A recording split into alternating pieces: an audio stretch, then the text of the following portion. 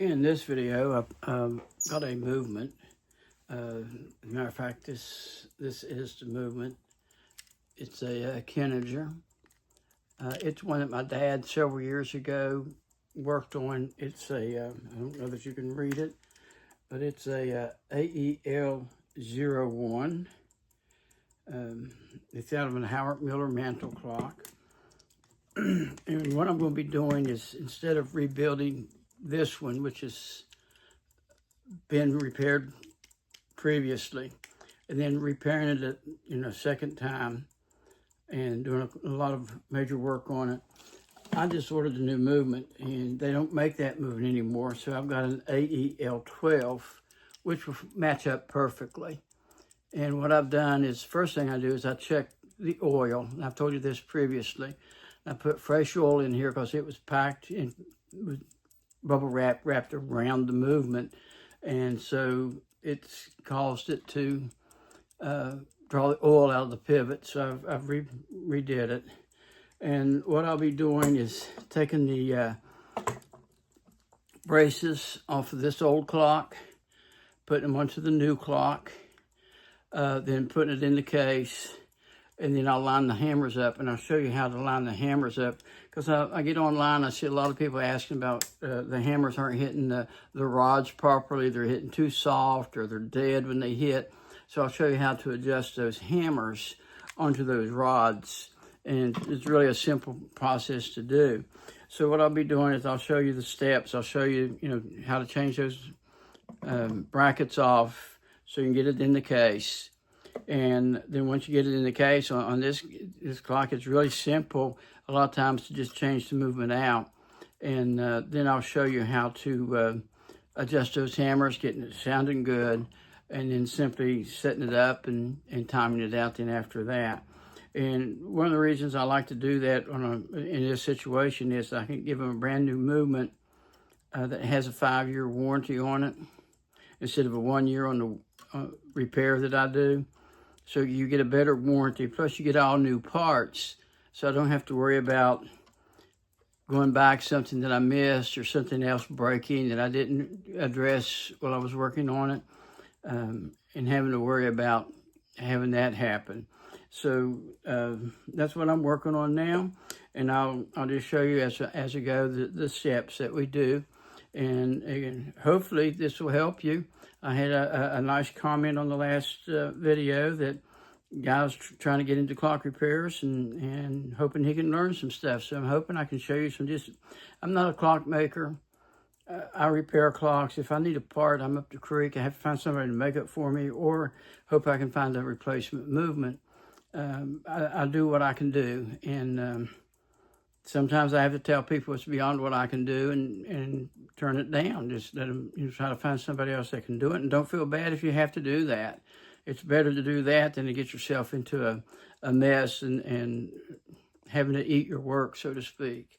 So that's what I'm going to be starting on. And I'm going to take a little break here and then get my camera angle right so that you can see what I'm doing with it. So I'll be right back. Now that I have these set up, and like I said earlier, this is a basic video on replacing a old movement with a new movement, because this one's been worked on before and it stopped running again. So rather than rebuild, I'm just going to replace it with a new movement. And this particular movement has a 5-year warranty with it. And what I want to do in this section is I'm going to take these braces off of the old movement, these long braces here, and put them on the new movement so that we can mount it into the case. And then after I get those switched over, I'll mount it in the case. And it's simple repairs, but I've been on the clock repair restoration page, and I see a lot of people that are just getting started.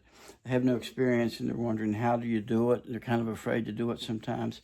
So basically, I found this is a metric. Sometimes you have to use the other one. And what I do is I work on one thing at a time, but I'm going to take these bolts off. And this is just a really simple job to do. This is a what I call a gimme repair. It's an easy repair. but there it went in the floor. That's no big deal. I've got extra ones around here if I don't find it. So I'll take that one off, and be careful, because this one is the double bolt system. It's got another bolt underneath holding the plates together, and some of them don't. Some of them actually have the bolts that holds these together,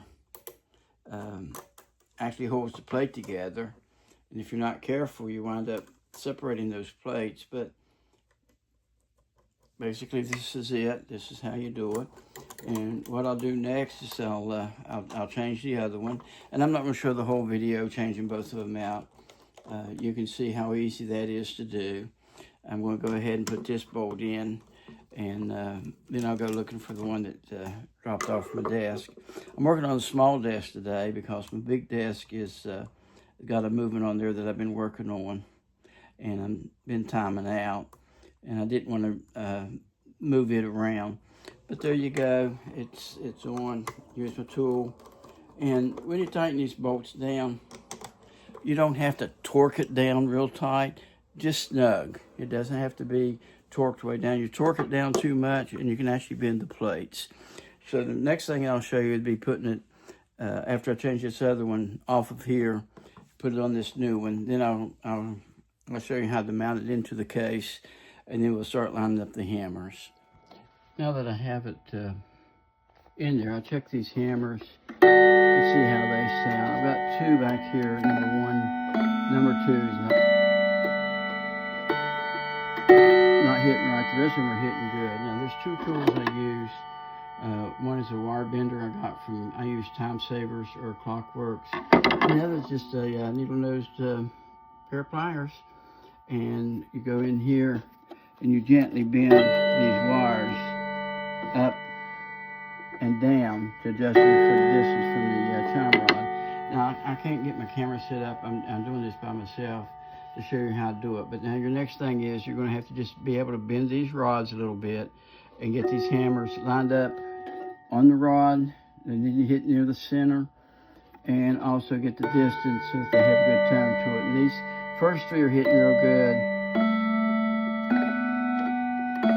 and the other two are a little bit dead, so I'll adjust those. And we'll have it set up and ready to go. I've got the hammers lined up now. One thing I wanted to show you on this hand, there's a bushing under here, and sometimes you have to adjust that so it'll strike pretty close to right straight up on the minute it's supposed to strike. You can use, I use flat-nosed pliers on it. There's a bushing adjusting tool you can get. Once again, you get that from Time Savers. And I had to adjust the hand just a little bit. But listen to this tone now. I've got it sounding really good. And it's pretty close, right on the quarter-hour mark. The hand's is loose, but it falls. But it's got a good tone to it now. And the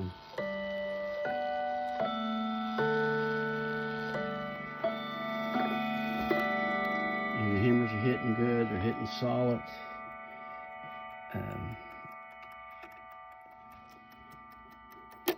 Here we go.